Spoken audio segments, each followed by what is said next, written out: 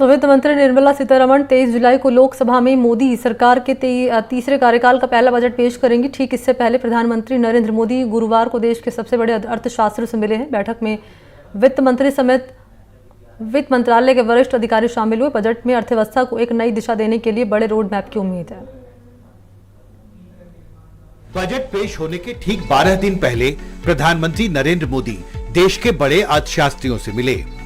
नीति आयोग में करीब 3 घंटे चली बैठक में वित्त मंत्री निर्मला सीतारमण और वित्त मंत्रालय के मुख्य आर्थिक सलाहकार समेत नीति आयोग के उपाध्यक्ष और सभी सदस्य मौजूद थे।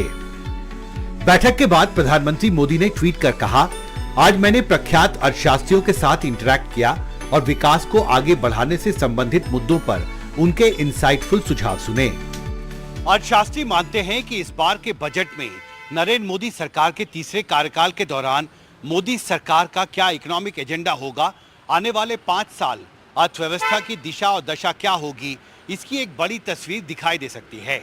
साथ ही हाल के लोकसभा चुनावों में बीजेपी ने जो चुनावी वायदे किए हैं उन्हें सरकार कैसे पूरा करेगी, इसकी एक तस्वीर भी इस बार के बजट में दिखाई दे सकती है।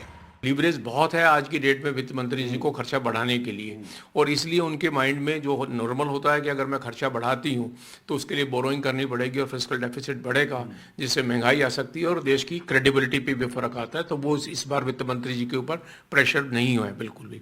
लीवरेज बहुत है और 24-25 की भी जो आंकड़े आ रहे हैं वो इंडिकेट कर रहे हैं कि इंडियन इकोनॉमी बहुत तेज़ी से बढ़ रही है। वो बढ़ती है तो नेचुरली टैक्स कलेक्शन इंप्रूव करेंगी। तो ये एक मल्टीप्लायर इफेक्ट है कि हम इंफ्रास्ट्रक्चर पे निवेश करके हम उसको आगे बढ़ाएं और ताकि कि उससे जो इकोनॉमी को प्रोपल्शन मिलेगा। और मेरा सबसे बड़ा मानना ये है, मैन्युफैक्चरिंग सेक्टर और इंफ्रास्ट्रक्चर सेक्टर की में इन्वेस्टमेंट करने से रोजगार के ऊपर बहुत बड़ा महत्वपूर्ण फर्क पड़ेगा।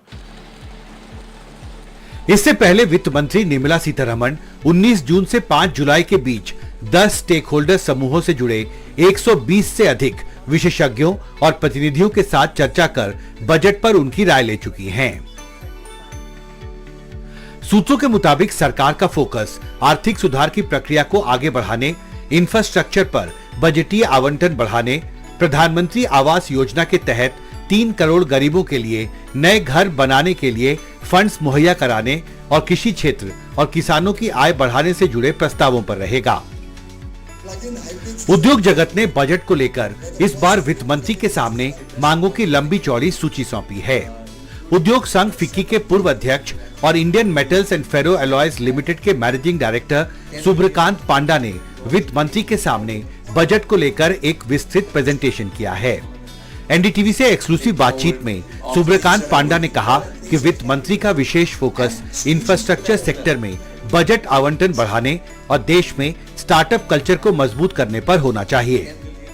बजट है उसमें इंफ्रास्ट्रक्चर पे ध्यान मेंटेन किया जाए और the outlay can be increase by further 25% और सो। अब सबको इंतजार संसद में पेश होने वाले बजट का है। दिल्ली से कैमरा पर्सन सुशील राठी के साथ हिमांशु शेखर, एनडीटीवी इंडिया।